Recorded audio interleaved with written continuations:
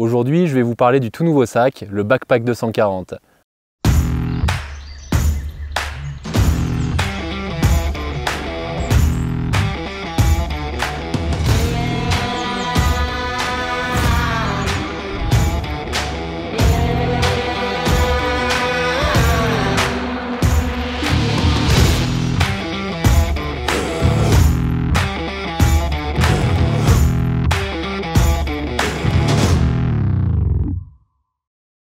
Après la sortie du Backpack 280, un sac haut de gamme avec beaucoup de confort, parfait pour les longues sorties en montagne avec beaucoup de matériel, XP sort le Backpack 240, un sac plus léger avec un confort plus rudimentaire et également quelques fonctions en moins que son grand frère. Ces deux sacs sont les premiers à avoir été conçus pour la détection.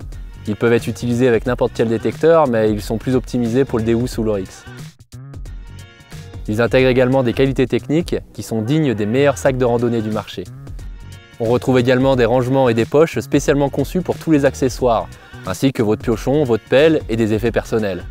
Avant de rentrer plus en détail sur le Backpack 240, je vous invite à vous abonner et à activer les notifications pour ne pas louper les futures vidéos. XP était conscient que le Backpack 280 n'était pas forcément adapté aux petites sorties avec peu de matériel. De plus, certains utilisateurs occasionnels pourraient préférer un sac plus abordable. XP leur a conçu le sac adapté. Et vous l'aurez compris, le 240 n'est pas là pour remplacer le Backpack 280. Il est juste fait pour des utilisations et des utilisateurs différents.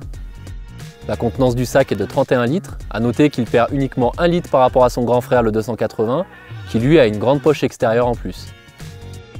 Dans la poche principale du 240, vous pourrez transporter un Deus ou un Oryx complet, ainsi qu'un second disque dans le compartiment. Ce compartiment est fait dans un tissu facilement nettoyable. Après, si vous n'avez pas envie de vous embêter, rien ne vous empêche de le mettre dans un sac plastique. Un casque dans une poche dédiée, un ping-pointer et son holster également dans une poche dédiée, et le holster rentre dans la poche, une gourde à l'extérieur, ainsi que des effets personnels ou un pique-nique dans la poche filet ou dans l'une des deux grandes poches fermées. Celle de devant peut résister à une pluie fine. Le sac a plusieurs poches dédiées à des accessoires précis, et ça c'est génial, ça permet de tout le temps les ranger au même endroit et donc de ne pas les chercher au fond du sac. Sur la ceinture ventrale, vous pouvez également ajouter en option la pochette à trouvailles XP. Elle possède une ouverture très pratique et une grande contenance. Vous pouvez également mettre vos plus belles trouvailles dans la petite poche de devant. Pour les sorties aquatiques, elle a également un système pour évacuer l'eau, ainsi qu'une doublure retournable et entièrement lavable. Toujours en option, vous pourrez également fixer la pochette pour le smartphone ou la housse de la télécommande. Le fond du sac et les anses sont renforcés en polyester 600D. C'est un matériau extrêmement résistant qui est normalement utilisé pour les sacs de trekking haut de gamme. Les couleurs sont discrètes et passe-partout, du même genre que le 280. Un camouflage de couleurs vert et noir, ainsi qu'un tissu avec des motifs géométriques. Les finitions, les coutures, les fermetures éclairs, tout est conçu pour durer dans le temps. Et là où XP a vraiment fait fort, c'est sur son poids. Il pèse que 700 grammes, donc une fois le détecteur en main, on ne sent plus du tout le sac dans le dos. Avec le 240, si vous faites des petites sorties avec peu de matériel, vous ne serez donc pas handicapé par le poids du sac. C'est un sac qui est très confortable, un petit peu moins que le 280, mais il reste vraiment agréable sur le dos. Des mousses en polyuréthane équipent les anses et le dos. Ça améliore le confort sans pour autant alourdir le sac. Il possède 6 angles de réglage qui permettent d'adapter le sac à tout type de morphologie. On commence par desserrer toutes les sangles et on charge le sac. On attache et on règle la sangle de ceinture de taille juste au niveau des reins. Cette sangle permet de répartir le poids entre votre bassin, le bas du dos et vos épaules.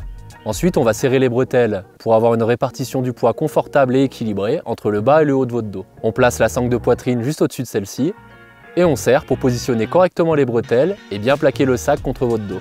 Au passage, celle-ci possède un petit sifflet. Ça marche bien. Ensuite, on serre les sangles de rappel de charge pour amener le sac contre votre corps et donc gagner en stabilité et en confort en limitant le balancement du sac. Il est impossible de comparer le Backpack 240 à un sac classique, tout simplement parce qu'il a été créé par et pour les prospecteurs. Et tout ça dans le but de sécuriser et de transporter confortablement son matériel. Voici un petit comparatif entre le Backpack 240 et le Backpack 280. Le 240 est plus ou moins à la moitié du prix du 280, c'est donc lui le plus économique. Même si de par ses nombreux atouts, le prix du 280 est parfaitement justifié. Le confort. Sur ce point, le 280 est devant, pour le rembourrage des anses, de la ceinture et du dos. De plus, il a un système d'aération pour limiter la transpiration dans le dos. Le 240 reste très confortable, à condition de bien le régler et de ne pas trop le charger. Pour le poids, c'est le 240 le plus léger. Il affiche 700 grammes sur la balance face au 1,850 kg du 280. Pour la contenance, le 280 affiche 1 litre de plus. Il possède également plus de poches et de rangements. Sans parler du système MOLLE, ce sont ces petites sangles présentes sur une grande partie du sac et qui permettent d'accrocher des poches supplémentaires. Ce système est devenu incontournable et de nombreux fabricants en ont fait une norme pour leur équipement. Le 240, lui, a pour avantage d'avoir une poche avec un très grand volume interne. Pour la taille, le 240 a moins de poches et de rangements, il est donc moins imposant que le 280. Ça peut être un avantage, principalement si vous avez peu de matériel à transporter. Pour la solidité, c'est le 280 qui est fabriqué en polyester 600D et 1000D, contrairement au 240 qui a uniquement des renforts dans les anses et sur le fond du sac en 600D. Le 280 est donc globalement plus résistant. Même si le 240 a une très grande longévité, il ne peut faire face au 280, d'où en partie la différence de prix. Pour le style, c'est évidemment un point de vue personnel, les goûts, les couleurs, ça peut se discuter. Pour la forme, je donnerais peut-être l'avantage au 240, qui est moins gros et donc un peu plus discret. Il fait moins sac de randonnée. Au niveau de l'esthétisme et des couleurs, le 280 et le 240 sont tous deux très travaillés dans un style différent. Les finitions. Les petits détails tels que les pictogrammes ou les lanières de fermeture éclair donnent l'avantage au 280.